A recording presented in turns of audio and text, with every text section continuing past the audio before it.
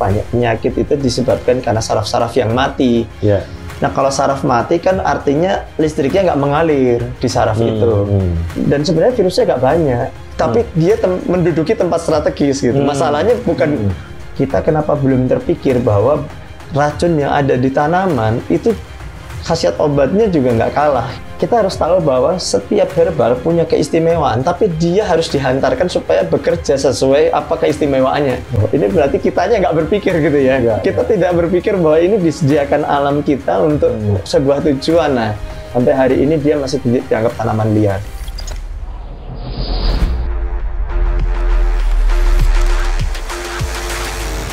Halo sahabat OMB, obrolan wajib baru.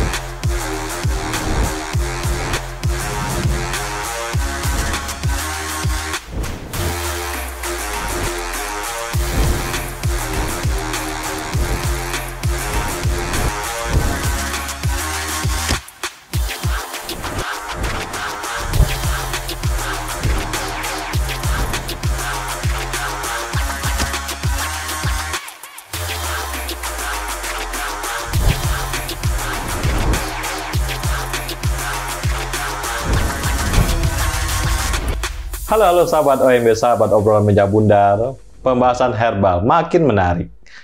Makin banyak site yang kita dapat, banyak perspektif, dan juga banyak hal-hal yang baru yang kita terima sebagai pengetahuan baru. Hari ini Mas Iwan Surya Laksono. Mas Iwan, Assalamualaikum warahmatullahi wabarakatuh. Assalamualaikum.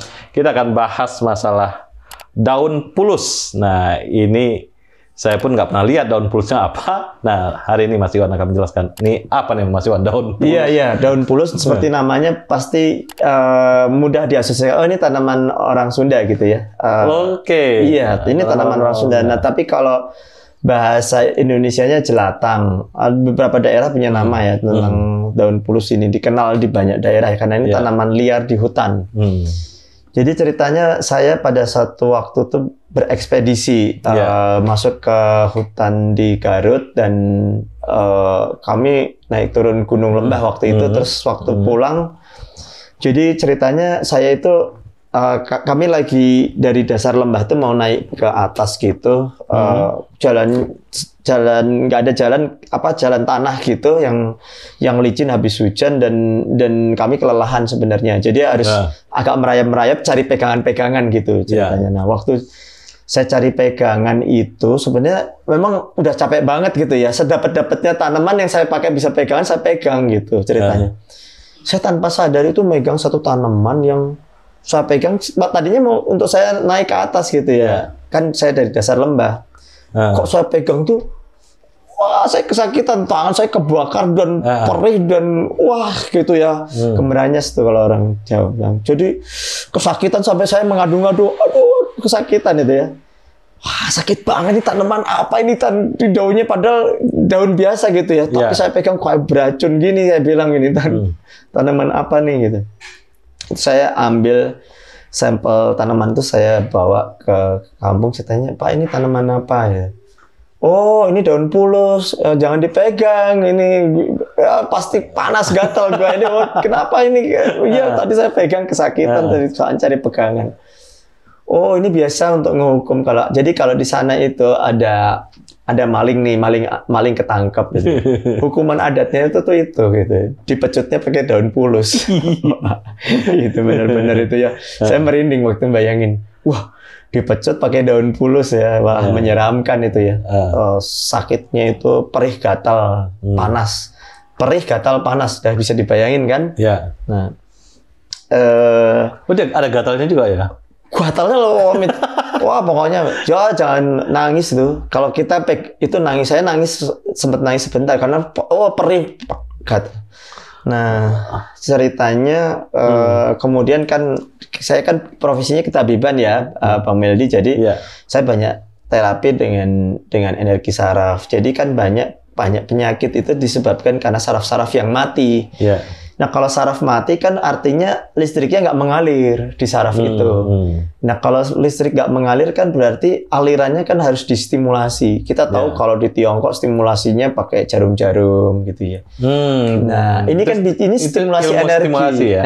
Stimulasi energi saraf. Tapi saya kemudian berpikir loh, saya jadi refleksi panjang ya, karena saya nggak menggunakan jarum itu karena kalau saya terapi saraf ya langsung dengan sentuhan. Tapi kalau kemudian ada obat herbal yang dia mampu menstimulasi saraf-saraf mati ini dari dalam, saya berpikir apa nih kira-kira yang paling bisa memungkinkan untuk itu.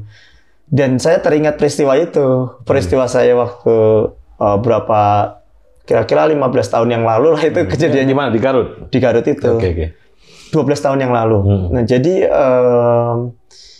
daun itu saya cari lagi gitu. Saya cari lagi, saya formulasi, dan ya itu memang ternyata di beberapa saraf yang tadinya mati itu ketika dia mengalir ke situ, si daun pulus tuh dia menghangatkan, terus mulai menghidupkan, terus rasanya mulai celekit-celekit yang tadinya nggak ada rasa, mati rasa, mulai dari dalam rasa celekit-celekit gitu. Jadi apa yang saya bayangkan tuh benar terjadi gitu, bisa. Tapi tentu saja kali ini saya memberikan peringatan bahwa ini harus diformulasi gitu. Dia sahabat-sahabat bisa kebayang nggak kalau dia masuk ke perut saja di lambung langsung celekit-celekit gitu ya.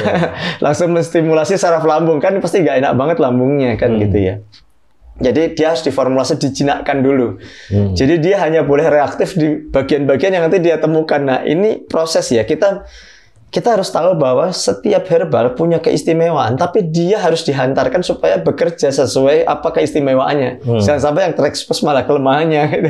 Nah, sementara kita tahu ya, sahabat-sahabat semua, banyak sekarang negara-negara seperti Thailand itu mereka sibuk mengekstrak racun-racun ular gitu ya. Ternyata berkhasiat itu ya, berkhasiat obat. Tapi kita kenapa belum terpikir bahwa racun yang ada di tanaman itu khasiat obatnya juga nggak kalah gitu ya, dan lebih aman dalam batas tertentu. Kita lebih mudah bereksperimen, dan ternyata saya membuktikan itu berhasil. Nah, memang untuk yang satu ini ya mohon maaf nih ya Bang Meldi, saya nggak membuka rahasia bagaimana cara menjinakkannya. Itu silahkan PR ya yang lain gitu ya. Kalau ini rahasia perusahaan ya. Karena kali ini terlalu mahal nih, karena saya menciptakan obat saraf kan.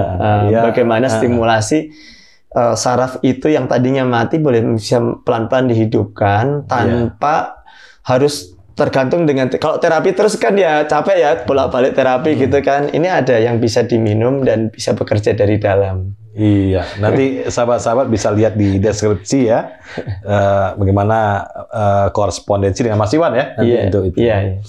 Nah, ini sebenarnya kalau kita lihat, ini kan basisnya tetap tadi ya, suku atau kelompok masyarakat. Terjadi nggak di masyarakat mengkonsumsi itu? Ini katanya saya tanya beberapa orang kok ini untuk hukum, tapi ini katanya untuk obat batuk yang udah jadi gini. Jadi yang virus ketika sampai di tenggorokan kita ini, di trakea, di saluran trakea sampai di faring-laring ini, biasanya dia itu tuh mengganggu beberapa jalur saraf di dinding dalam dari trakea. Jadi rasa gatalnya itu tuh terus-menerus muncul itu karena virus itu bercokol di situ. Dan sebenarnya virusnya nggak banyak, tapi dia menduduki tempat strategis gitu. Masalahnya bukan itu virusnya parah banget, bukan, tapi dia berhasil mencapai dengan susah payah bisa menembus ke satu jaringan di tubuh kita yang sangat terekspos gitu ya. Kalau kita berdaham batuk sedikit kan ini gitu ya, rasanya kan langsung ini sakit nih gitu ya. Kalau di tempat lain kan kita bisa pura-pura nggak sakit gitu. Nah, si daun pulus ini kalau kita memformulasinya benar, dia itu tuh bisa memberikan efek kejut di saraf-saraf yang ditempati oleh virus itu. Dia memanaskan, mengalirkan listrik tegangan tinggi sesaat, gitu virusnya mati di situ. Gitu. Jadi obat batuk yang shock terapi yang paling cepat. Ini rakyat kecil, masyarakat desa pakai nih?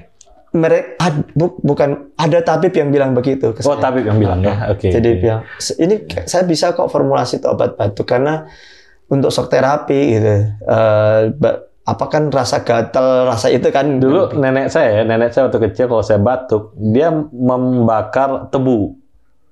Dibakar tebu. Bakar tebu, nanti di airnya disuruh minum. Oh iya. Saya nggak tahu tuh apa. Iya itu juga bisa. Iya, sebenarnya kan sifat air tebunya kan lengket ya. Kan kental ya, lengket. Jadi dia bisa bertahan lama nempel di dinding. Oh, dia nempel ya. Nanti nempel. Nah, nanti dari reaksi dibakarnya itu tadi yang mendinginkan sih.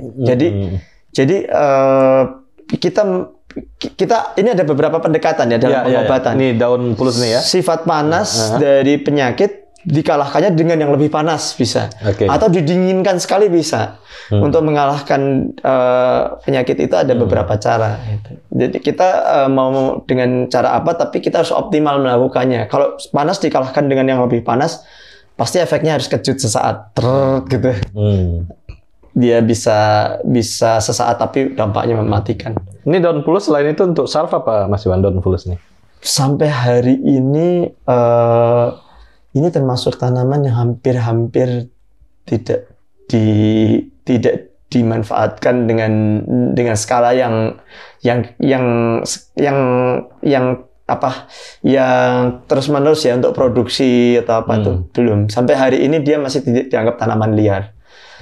Saya cerita benar-benar sebagai tanaman liar di sini supaya gambarannya bahwa nggak mungkin tanaman dengan kemampuan menyetrum tubuh kita sekuat itu gitu ya, tidak punya fungsi. Loh, ini berarti kitanya nggak berpikir gitu ya. Kita tidak berpikir bahwa ini disediakan alam kita untuk sebuah tujuan. Nah, inilah perbedaan kita dengan orang-orang yang sudah di masyarakat maju dibesarkan dengan tradisi riset. Kita bisa mengejar kalau kitanya selalu berpikir terbuka, open mind, terus kita menggali gagasan, kita menguji coba dengan cara yang sederhana, terukur untuk diri kita juga aman, itu bisa dilakukan. Sampai akhirnya saya tahu bahwa ini bisa dijinakkan untuk bisa aman lewat pencernaan, nggak ada reaksi sama sekali. Terus waktu dia mengalir di pembuluh-pembuluh darah kecil yang ada masalah di sistem sarafnya, dia baru bekerja di situ. Itu, ini bagus sekali nih kalau seperti ini, dan akhirnya itu saya ciptakan sebagai obat. Ini obat apa? Orang kena diabetes yang sarafnya udah mati itu gimana? Kebanyakan itu anak-anak Down syndrome, Bang Meldi. Jadi Down syndrome, anak Down syndrome itu ada gangguan sistem saraf yang bawaan lahir.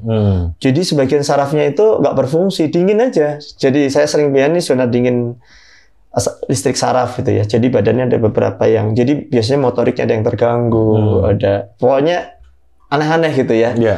Karena matinya saraf yang bawaan sifatnya. Nah, kita perlu melakukan stimulasi terus-menerus kan secara rutin ya, tiap hari, dan sangat berguna untuk itu. Oke. Makasih Mas Iwan ya. Kita udah bahas daun pulus ya. Sahabat OMB, daun pulus telah dibahas sama Iwan untuk stimulasi saraf ya, terutama untuk anak-anak Down syndrome atau anak-anak yang mengalami gangguan saraf, atau mungkin juga orang dewasa yang mengalami gangguan saraf gitu ya. Sahabat OMB, sahabat obrolan Bendal, hari ini Mas Iwan cukup jelas ya menjelaskan tentang daun pulus ini, dan saya kira nanti di deskripsi kita bisa kontak Mas Iwan. Sahabat OMB, inilah Iwan Suryo Laksono. Terima kasih.